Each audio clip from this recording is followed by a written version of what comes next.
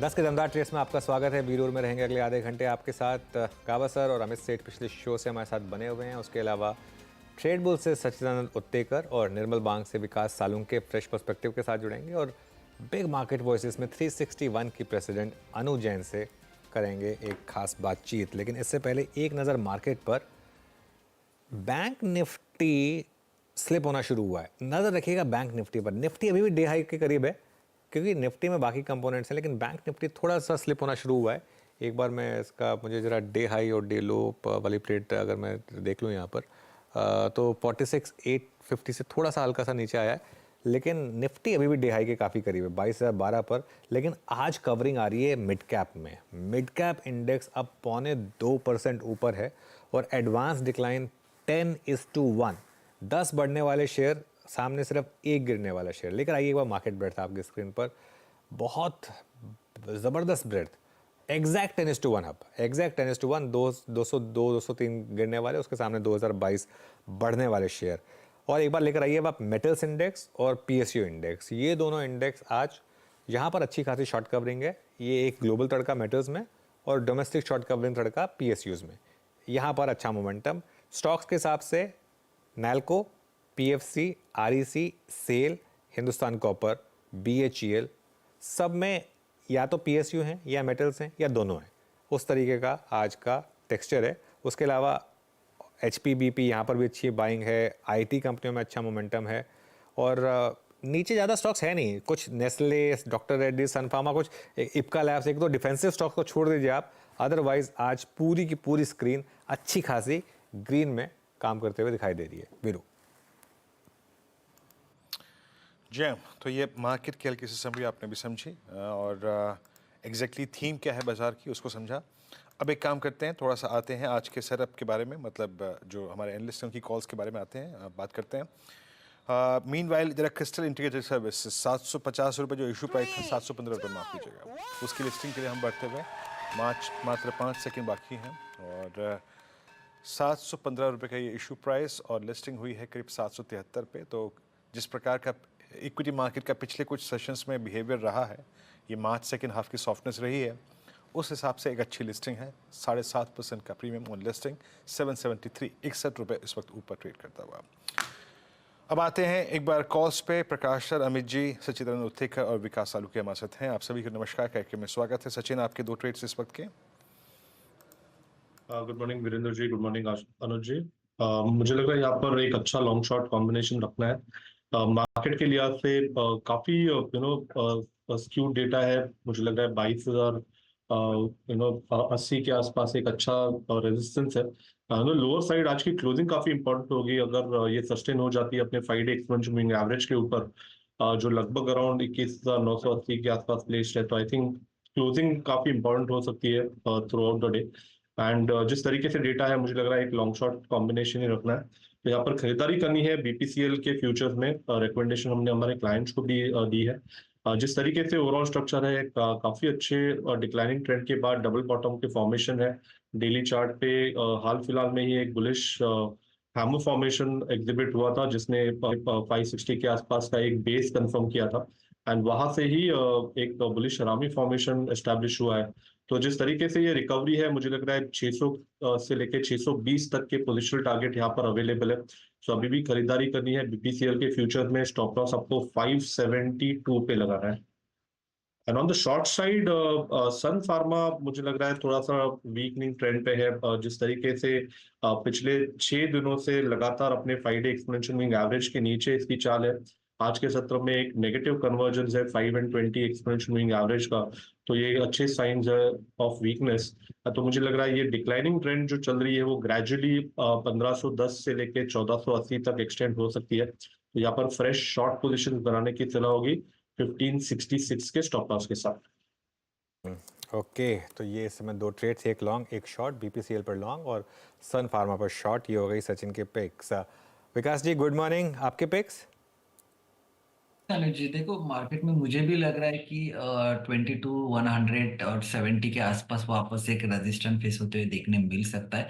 हालांकि stock specific मुझे लगता है कि थोड़ा सा यहाँ पे मोमेंटम एक पॉजिटिव साइड देखने मिल सकते हैं। उसमें मेरा पहला काउंटर रहेगा नेशनल एल्यूमिनियम, जहाँ पे आज आते ही खुलते ही एक अच्छा रनअप देखने मिला था, और यहाँ पे 144 का जो इम्पोर्टेंट रेजिस्टेंस लास्ट कुछ दिनों में फेस होते हुए देखने मिल रहा था, तो वो उसके ऊपर ट्रेड करते हुए देखने मिल रहा है। तो मुझे लगता है यहाँ पे जो ऊपर की साइड जो रेंज निकल के आ रही है 154 156 के आसपास के टारगेट यहाँ पे नेशनल एल्यूमिनियम में आते हुए देखने मिल सकता है। नीचे में 142 का यहाँ पे एक स्टॉप लॉस लगा है, उसको बाय करना है। दूसरा मेरा बाय कॉल रहेगा ग्लैनमार्क। ग्लैनमार्क में हमने देखा है कि लास्ट कुछ दिनों में 945 46 ये इंपॉर्टेंट रेजिस्टेंस देखने मिल रहा था 5 से 6 ट्रेडिंग सेशन में। वहां पे मुझे लगता है एक अच्छा मूव यहाँ पे देखने मिल सकता है, जो 972 के टारगेट के लिए यहाँ पे ग्लैनमार्क फार्मा को बाय कर सकते हो। नीचे में यहाँ पे 940 का स्टॉप लॉस लगाना है, और ये भी मुझे लगता है 1 से 2 दिन में एक अच्छा मूव यहाँ पे कंसीडर करते हुए देखने मिलेगा। ओके, तो आपने आज ग्लेनमार्क फार्मा को पिक किया लॉन्ग साइड पे 972 का टारगेट। प्रकाश सर, आपके दो ट्रेड्स इस वक्त के। बिल्कुल। Good morning to you one second Veeru. Stock का नाम है LIC हाउसिंग फाइनेंस। लगता है यहाँ पर बेस बना है और काफी गिरावट के बाद यहाँ से एक शॉर्ट कवरिंग आनी चाहिए और बाय सिग्नल भी जनरेट हुआ। ट्रेड करा है 585 पर, 584.50 पर। मेरे ख्याल से यहाँ से एक अप्पू मिलना चाहिए। टारगेट होगा 600 और स्टॉप होगा LIC हाउसिंग फाइनेंस का 573। Yes, LIC housing finance. दूसरा जो मुझे पसंद है वो है आई थिंक GMR इंफ्रा। लगता है यहाँ पर भी एक शॉर्ट कवरिंग आनी चाहिए। ट्रेड करा है 7785 पर, स्टॉप होगा 76 पर। टारगेट नियर टर्म के 82 ये नजर आ रहे हैं। GMR infra. Okay, GMR infra, ये जीएमआर एयरपोर्ट जो इसका नया नाम है, यहाँ पर आप एक बाय कर सकते हैं। आई थिंक अमित सेठ की ट्रेड्स रह गई। अमित जी, आपने क्या ट्रेड्स पिक किए इस समय? 2 फ्रेश ट्रेड्स। जी अनुज जी, मेरा पहला ट्रेड रहेगा एल एन टी काफी कॉन्फ्रेंस और मूविंग एवरेज के सपोर्ट से ऊपर आ रहा है। यहाँ पे एक फॉलिंग ट्रेंड लाइन का ब्रेकआउट भी है, और इम्पोर्टेंट चीज ये है कि रिस्क रिवॉर्ड फेवरेबल है। पुल बैक यहाँ पे कंप्लीट लग रहा है, जिस हिसाब से मोमेंटम इंडिकेटर्स प्लेस्ड है। 3578 के लगभग प्राइस है, इसे बाय करें for a target of 3650 and stop loss will be 3530। दूसरा स्टॉक जो मेरे को पसंद है, ये भी एक पुल बैक ट्रेड है। इसमें भी काफी एक अच्छा खासा हमने करेक्शन देख लिया है, और पिछले 3-4 दिनों से स्टॉक में स्टेबिलिटी है, दैट इज NTPC। तो NTPC में भी मुझे लगता है एक शॉर्ट कवरिंग रैली और पुल बैक आ सकता है। 321 का प्राइस है, 318 का स्टॉप लॉस रहेगा, और लगभग 327 के टारगेट्स रहेंगे NTPC में। एनटीपीसी ये एक और पिक हो गई इस समय। कुछ और स्टॉक्स की बात करते हैं। सचिन, एक बार कोफोज देखिए, कोफोज में बड़ी गिरावट आई थी। क्या ये अब थोड़ा सा रिकवरी, शॉर्ट कवरिंग पॉसिबल है यहाँ पर?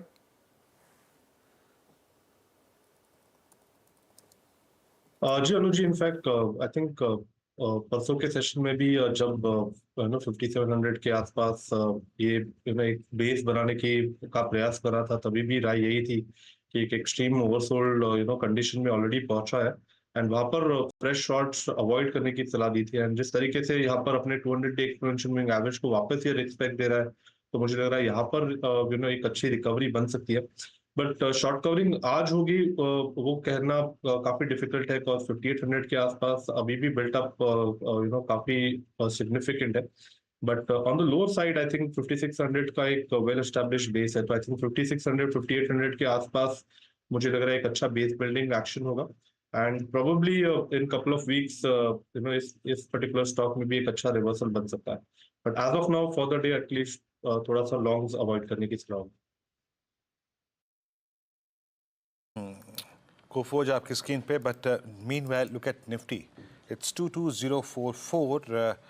अनुज, तो अभी एज ऑफ नाउ उस कॉलेक्टर के कन्विक्शन जोन के ऊपर और उसके राइटिंग जोन के ऊपर, और जिस लेवल को उसने प्रेस करके रखा था 3 सेशन से, उसके ऊपर हम ट्रेड करते हुए, और लुक एट बैंक निफ्टी 47,000 की ट्रेजेक्टरी में, क्या ये एक शॉर्ट कवरिंग का, और जिस प्रकार की ब्रेथ दिखा रहे थे आप कुछ देर पहले, एक अच्छा कॉम्बिनेशन है? वो 100% वीरो। देखिए, एक बार के लिए 22,022 निकालने में दिक्कत हुई, लेकिन दूसरी बार निकाल के अब उसके ऊपर आ गए हम। अब हम 22,125, मुझे लग रहा है 22,125 तक शायद एक बार स्क्रीन दिखा दे, अब पॉसिबल है।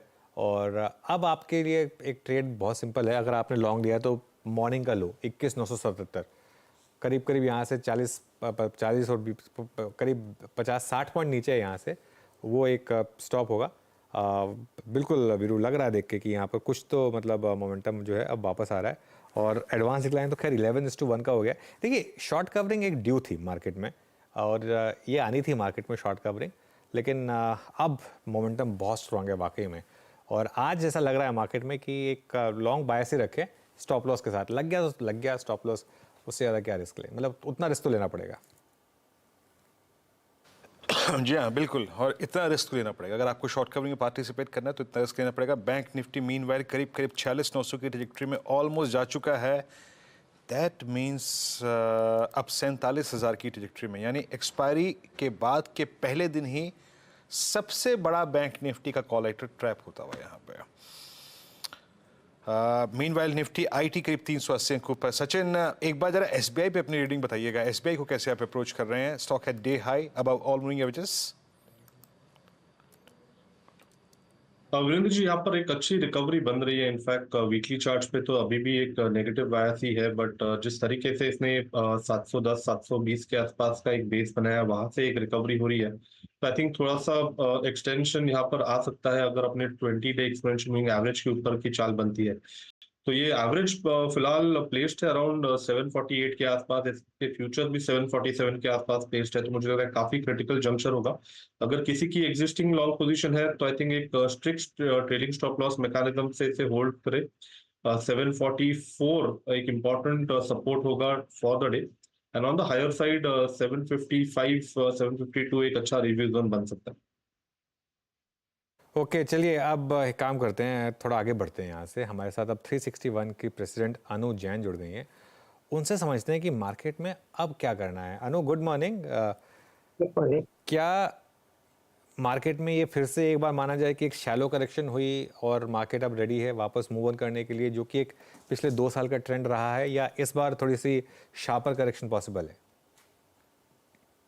अनुज, गुड मॉर्निंग। जिस तरीके से आप देखेंगे कि अगर आप फ्रीवे एक्सप्रेसवे पे अगर 120 पे गाड़ी चला रहे हैं और आपको अगर एक टर्न लेना है तो आपको गाड़ी स्लो करनी पड़ती है। अब आपने जिस तरीके से एक मिड कैप स्मॉल कैप में रैली देखी थी और एक स्विच हो रहा था टुवर्ड्स लार्ज कैप, तो वो एक पॉज जो था ये वो है।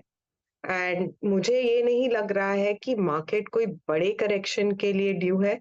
हाँ, आप अगर आप निफ्टी को टेक्निकली देखें तो आप एक 21,300 से 21,500 तक जा सकते हैं, और वो एक 4 से 5% का करेक्शन है। अगर आप पहले के बुल मार्केट्स देखें तो 15 से 20% के करेक्शन बुल मार्केट्स में होते हैं।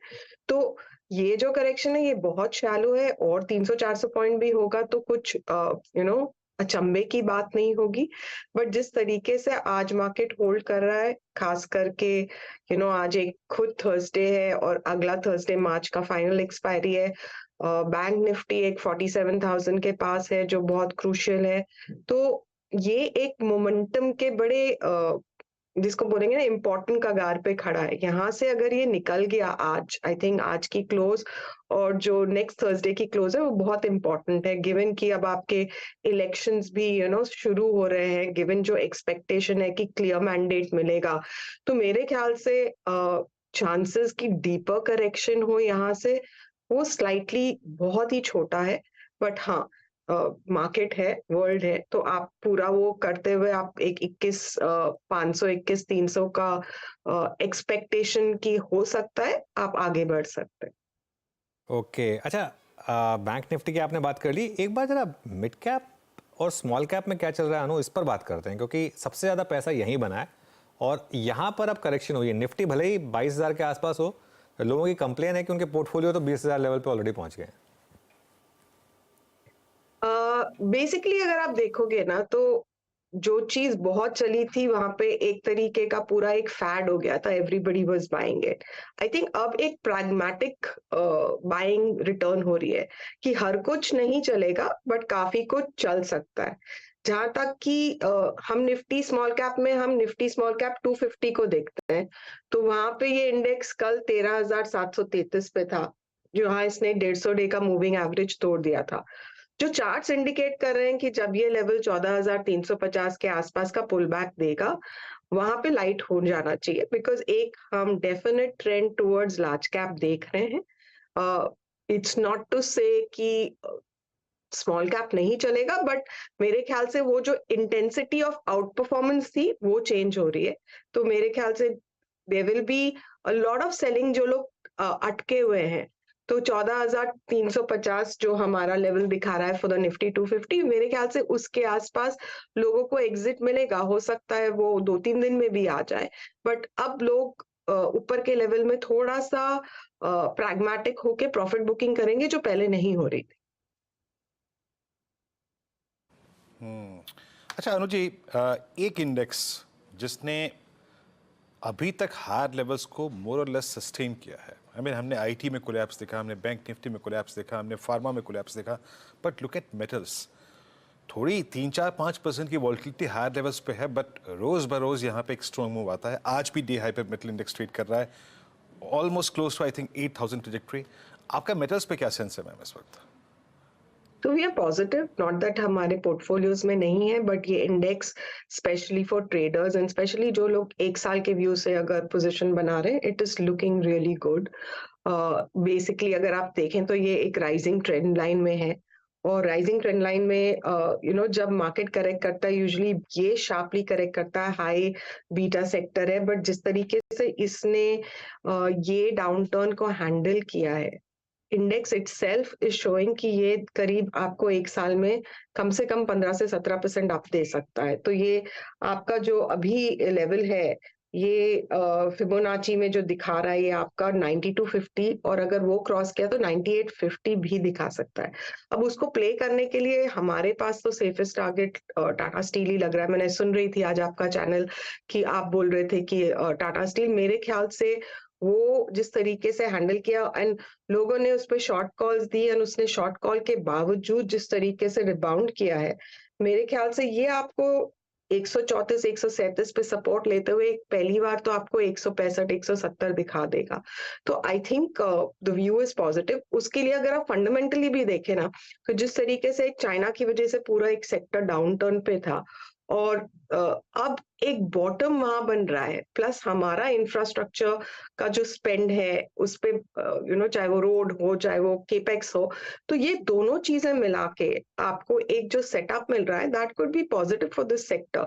एंड आई थिंक चाहे वो टाटा स्टील हो, सेल हो, I would be more on the steel side of it before, apart from the aluminium and the non steel metals.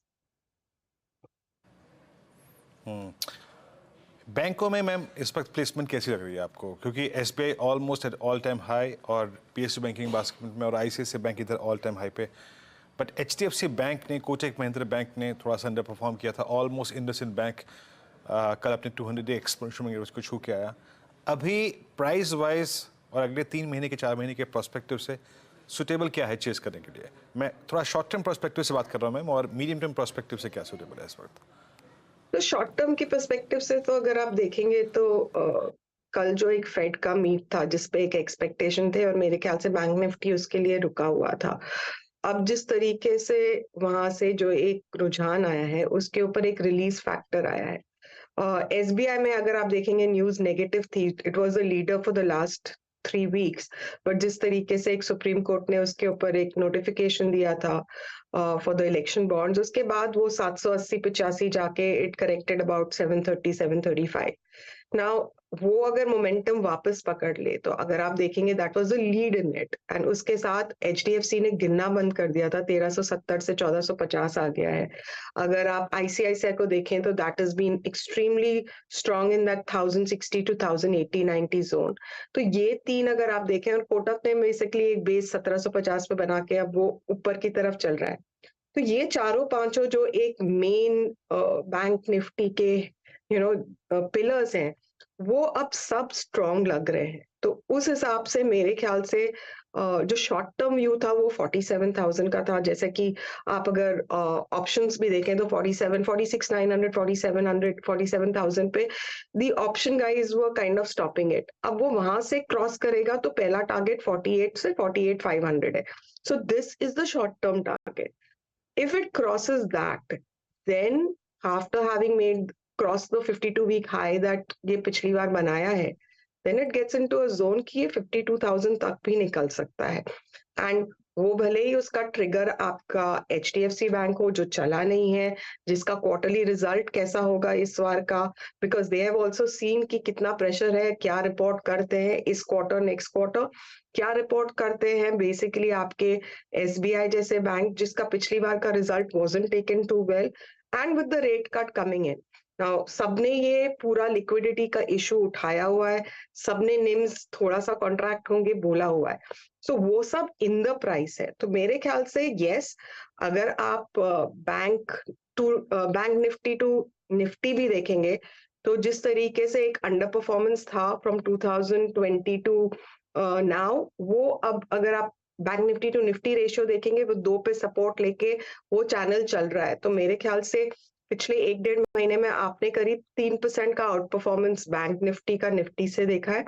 ये बिल्डअप हो सकता है और इसमें आपको I mean, the main banks will lead it. So you could be in a segment like Bank Nifty itself, buying the bank Bs, or you can buy any of these individual banks. For the short term and for the long term, I think that is a clear view. Okay चलिए अब एक काम करें, कुछ stocks की बात करते हैं। ऑटोज़ में शानदार मोमेंटम है इस समय अनु। 2-3 स्टॉक्स जो मेरे रेडार पर रहे हैं, Maruti, Eicher Motors, TVS motor, यहाँ पर कोई पिक्स हैं क्या आपकी? So we like Eicher at this time.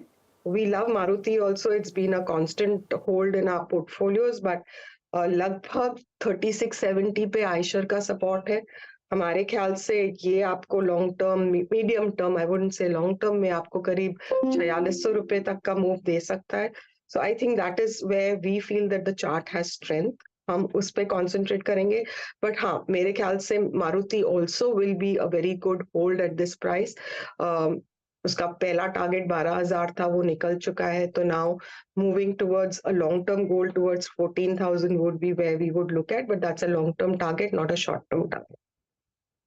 Okay, कोई और स्टॉक जहाँ पर पैटर्न्स अच्छे बन रहे हैं, कोई डार्क हॉर्स टाइप का?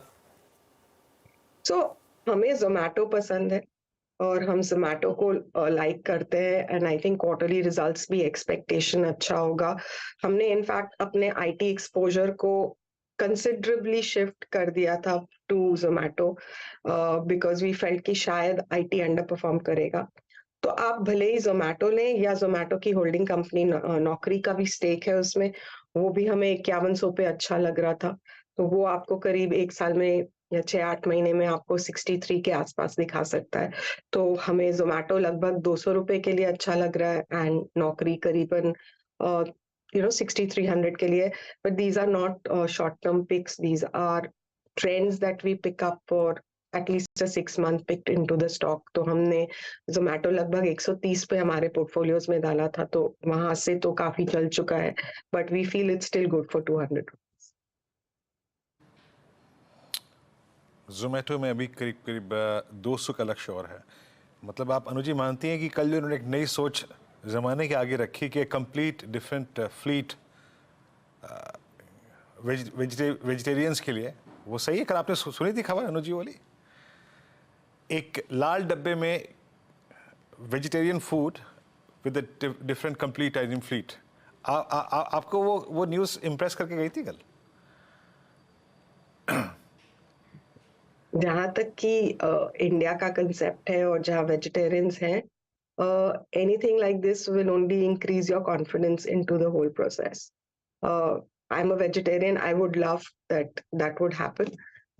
So I think it's positive, लेकिन हाँ, मैंने वो न्यूज़ सुनी नहीं थी, so I would say that I was surprised by it, but yeah, it's a positive surprise. Okay, मैं ऐसी एक छोटा सा व्यू ले रहा था आपका मैम। अच्छा, एक बार पावर स्पेस में आते हैं। अब इसमें पावर में अगर आप देखें, आप पावर फाइनेंस कंपनियां, power distribution, power generation, Anuji सबको इंक्लूड कर लेते हैं। NTPC को हमने बीते 8 महीने में बिल्कुल एक डिफरेंट स्वरूप में देखा। आपका पावर में व्यू क्या है इस वक्त? और पावर में जो हल्का बुल्का डिप आया PSUs और आई थिंक दूसरी REC PFC में भी, इसको क्या ग्रैब करना चाहिए? पावर में सबसे स्ट्रॉन्ग आउटलुक कहाँ पर है आपका इस वक्त? मेरे ख्याल से आप सही बोल रहे हैं, right from whether it is NTPC, whether it is Tata power भी बीच में काफी तेजी से चल गया था because of the Tata power issue, because of the whole Tata steel group issue. मेरे ख्याल से आपको 320 के आसपास NTPC is our best pick for the medium term. I think 350 360, but जैसे जैसे उसका अभी ग्रीन एनर्जी में जो उनके जो एंट्री होंगे उसमें क्या बेसिस पे होता है। ऑब्वियसली जो कोल पावर है वो उनका मेन बिजनेस है, but as they transit towards the green energy क्या प्रोजेक्ट आते हैं, those would be the long term targets.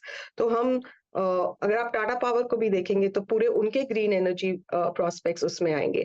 तो टाटा पावर ने काफी साल से कुछ नहीं किया था, देन पिछले 1-1.5 महीने में चला था एंड फिर because of the fall in Tata group गिरा है। तो मेरे ख्याल से 380 पे आपका टाटा पावर चल रहा है और करीब 320 पे एनटीपीसी चल रहा है। तो I am picking up the top end performer and the bottom end I think they are doing well. REC PFC जहां तक की सवाल है वो मोर एनबीएफसी साइड पे है, बट उसमें जो एक स्टेलर एक इंक्रीज आया था उसके बाद जब मिड कैप में करेक्शन आया, तो आई थिंक उसमें मोर डर से लोगों ने एग्जिट मारा है rather than what is the fundamental. I think अगर आप वो होल्ड कर रहे हैं stock, it's a great hold for another year and a half. You should re-evaluate it every 3 months, but मेरे ख्याल से उस सेक्टर में भी बना रहना चाहिए। हमारा व्यू केपेक्स साइकिल पे, पावर पे कहीं पे भी बदला नहीं है। हाँ, ऐसे फॉल्स आएंगे, अगर आपके पास ये स्टॉक्स नहीं है तो अच्छा मौका देंगे जिसमें आप एंट्री ले सकते हैं। Would stay with. ओके, और मैम रिलायंस पे जो कि इटसेल्फ एक सेक्टर है और ये 3000 तक की ट्रेजेक्ट्री में लास्ट टाइम गया, क्योंकि इसका काफ़ी सब्सटेंशियल वेटेज है इंडेक्स में। रिलायंस की प्लेसमेंट आपको चार्ट्स पे कैसी लग रही है 2913 की रेंज में? देखिए, इसमें एक 3000 के आसपास आपको रेजिस्टेंस मिल रहा है, वहां के आसपास जाके ये 2850 2820 तक जाता है। मेरे ख्याल से आप 3000 पे क्रॉस करेंगे, जैसे मैं आपको बैंक निफ्टी पे वो 47 और 48,000 का लेवल बता रही हूँ। सिमिलरली जैसे कि ये तो फुल इंडेक्स आप बोल रहे हो कि इन इट सेल्फ है, तो मेरे ख्याल से ये 3000 क्रॉस करते ही इसका जो नेक्स्ट टारगेट होगा वो 3200-3250 का होगा। संकेत यही है कि ये अलोंग विथ बैंक निफ्टी आपको लीड करेगा। तो इसीलिए जो कन्विक्शन आ रहा है कि आपका लार्ज कैप यहाँ से लीड करेगा, वो ये 7-8 बड़े स्टॉक्स आप देख लीजिए। भारती ने वो इंडिकेशन पिछले 2-3 महीने से दिया है और वो फॉलो अप कर रहा है। आपका रिलायंस ने पिछले 1-1.5 महीने से दिया है, उतना स्ट्रांग नहीं है जितना भारती है, लेकिन it's building up on it. You have the same thing which is coming in Kotak, you have the same thing which is coming in SBI. So ये जो एक setup बन रहा है of the large caps and उसमें Reliance is a big part of it, that is indicating कि Nifty आपका भले ही 3-4% करेक्ट कर जाए, but it's moving towards a 24,000 towards the end of the year kind of a target, and maybe even 25,000, and that will be led by these 4-5 major. Larsen है उसमें, भारती है, रिलायंस है, SBI है। एंड अगर आप सोचिए कि यहाँ पे HDFC bank, Kotak bank, ICICI, axis जुड़ जाए, तो दैट विल बी जिसको बोलते हैं ना G7, वो G7 हो जाएगा हमारे इंडेक्स का। तो I would be positive. I would with all humility say that there are pullbacks possible, there are corrections possible, but this is the next 1 year and in fact the next 3 years are good places to stay with good stocks. It's not कि जो froth है वो froth correct होता रहेगा, but आपके quality portfolio में अगर ये क्वालिटी स्टॉक्स है तो वो बहुत आपको संभाल के रखेंगे। And I would say this is a great time to be into these quality stocks for the next year and a half for sure. अनु, बहुत बहुत शुक्रिया आज हमारे साथ जुड़ने के लिए और इन सब सेक्टर स्टॉक्स पर बात करने के लिए। चलिए, मार्केट को छोड़े जा रहे हैं अब हम बिल्कुल इंट्राडे हाई पर 22,060 पर, लेकिन आज दिन है मिड कैप्स का। आज मिड कैप्स में बड़ी वाली शॉर्ट कवरिंग, अब तक एटलीस्ट 10:1 का एडवांस डिक्लाइन। अब देखते हैं यहाँ से आगे क्या। Neeraj ji, good morning. Good morning अनुज। कितना सस्टेनेबल?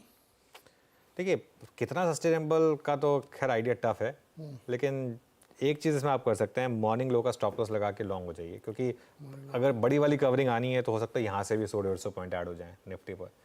और जहाँ पर मोमेंटम है, जहाँ पर जैसे हमने सुबह डिस्कस किया था PSUs और मेटल्स, यस, वहाँ पर आप चेज कर सकते हैं जो भी ट्रेड आप ले रहे हैं ना, लेकिन सुबह के फर्स्ट आवर का लो है स्टॉप लॉस, अगर वो लग गया तो बाहर। तो सुबह फर्स्ट आवर का लो जो है आपका स्टॉप लॉस है, उसको ध्यान में रख के आप पोजीशन ले सकते हैं। और शॉर्ट कवरिंग बढ़ी तो और तेज़ी हो सकती है। इंटरेस्टिंग मार्केट, आज एडवांस डिक्लाइन बहुत ही शानदार है यहाँ पे। खैर चलिए अब आपके सवाल जवाब शुरू करते हैं, लेकिन उससे पहले हेडलाइंस।